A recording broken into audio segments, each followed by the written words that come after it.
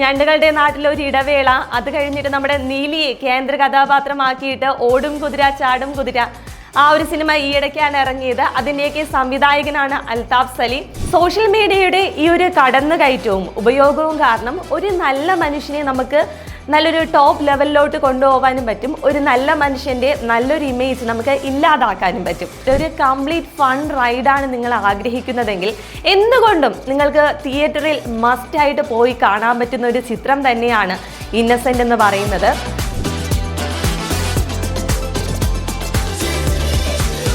Hello guys, welcome to first show media. ഞാൻ എല്ലാ ദിവസവും നിങ്ങളുടെ മുന്നിൽ ബിഗ് ബോസിൻ്റെ അനാലിസിസും അതുപോലെ തന്നെ ഈ മൂവി റെസ്പോൺസും ഒക്കെ ആയിട്ടല്ലേ എത്തുന്നത്.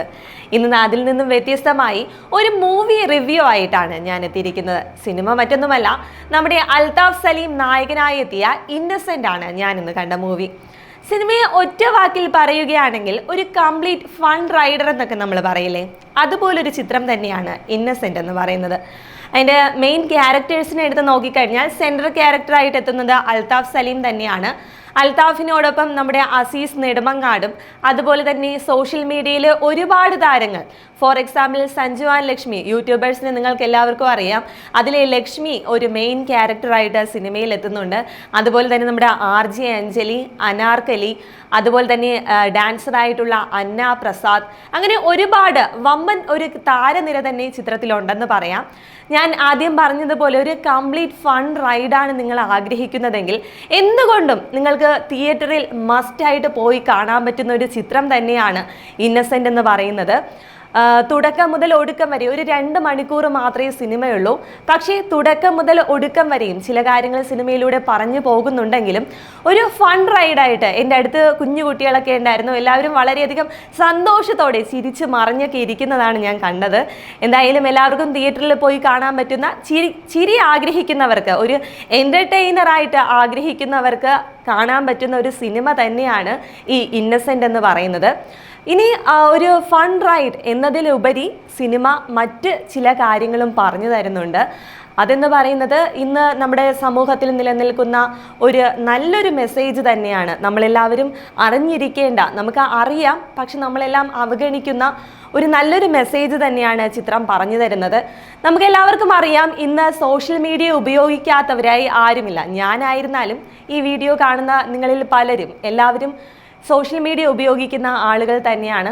നമ്മുടെ ഈ സോഷ്യൽ മീഡിയയുടെ കടന്നുകയറ്റം കാരണം ഒരുപാട് നല്ല യൂസും ഉണ്ടായിട്ടുണ്ട്. അതുപോലെ തന്നെ ഒരുപാട് എന്താ പറയുക, ഡിസ്അഡ്വാൻറ്റേജസും ഈ സോഷ്യൽ മീഡിയയിലുണ്ട്. നമുക്കത് നല്ല രീതിയിൽ ഉപയോഗിക്കാനും പറ്റും, അതുപോലെ മോശമായിട്ട് ഉപയോഗിക്കാനും പറ്റും. അപ്പം ഈ ചിത്രത്തിൽ പറയുന്നത് മറ്റൊന്നുമല്ല, സോഷ്യൽ മീഡിയയുടെ ഈ ഒരു കടന്നുകയറ്റവും ഉപയോഗവും കാരണം ഒരു നല്ല മനുഷ്യനെ നമുക്ക് നല്ലൊരു ടോപ്പ് ലെവലിലോട്ട് കൊണ്ടുപോകാനും പറ്റും. ഒരു നല്ല മനുഷ്യൻ്റെ നല്ലൊരു ഇമേജ് നമുക്ക് ഇല്ലാതാക്കാനും പറ്റും.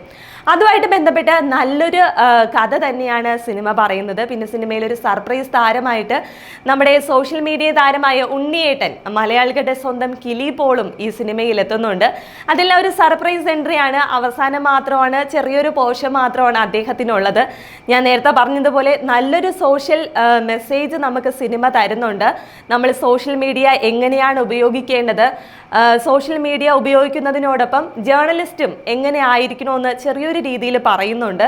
കാരണം നമുക്ക് എല്ലാവർക്കും അറിയാം, ഇപ്പോൾ ഒരു സംഭവം നടക്കുന്ന സമയത്ത് ആ ഒരു സംഭവത്തിൽപ്പെട്ട വ്യക്തിയുടെ മാനസികാവസ്ഥ എങ്ങനെയെന്നൊക്കെ ചിന്തിക്കാതെ എല്ലാവരും വീഡിയോ എടുക്കാൻ വേണ്ടിയിട്ടാണ് ഇന്നത്തെ ഒരു സമയത്ത് ഫസ്റ്റ് എല്ലാവരും ചിന്തിക്കുന്നത്. അങ്ങനെയായിരിക്കും, ആ മനുഷ്യന് എന്താണ് പ്രശ്നം, ആ മനുഷ്യന് നമ്മൾ ആദ്യം എന്താണ് പ്രശ്നമെന്ന് മനസ്സിലാക്കി ഹെൽപ്പ് ചെയ്യുക എന്നത് ഫസ്റ്റ് നമ്മൾ ചിന്തിക്കാതെ എല്ലാവർക്കും എങ്ങനെ നമ്മുടെ സോഷ്യൽ മീഡിയയിൽ റീച്ച് ഉണ്ടാക്കാം എന്ന് മാത്രം തന്നെയാണ്.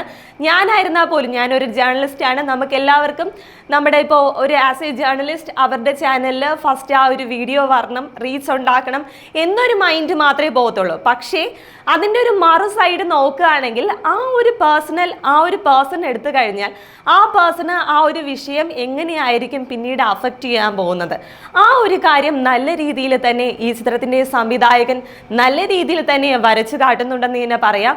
അതിലെന്തായാലും ആ ഒരു സോഷ്യൽ മെസ്സേജ് തരുന്നതിൽ എന്തായാലും സംവിധായകൻ നല്ല രീതിയിൽ വിജയിച്ചിട്ടുമുണ്ട്. എന്തായാലും ഞാൻ ആദ്യം പറഞ്ഞതുപോലെ തന്നെ നല്ലൊരു എൻ്റർടൈനർ ആണ് ചിത്രം, നല്ലൊരു കംപ്ലീറ്റ് ഫൺ റൈഡാണ് ചിത്രം, അതുപോലെ തന്നെ നല്ലൊരു സോഷ്യൽ മെസ്സേജും ചിത്രം പറയുന്നുണ്ട്. എന്തായാലും ചിത്രത്തിൻ്റെ കൂടുതൽ സസ്പെൻസ് ഒന്നും ഞാൻ പുറത്തു വിടുന്നില്ല. എന്തായാലും അൽത്താഫിനെ നമുക്കറിയാം, നല്ലൊരു സംവിധായകനാണ്.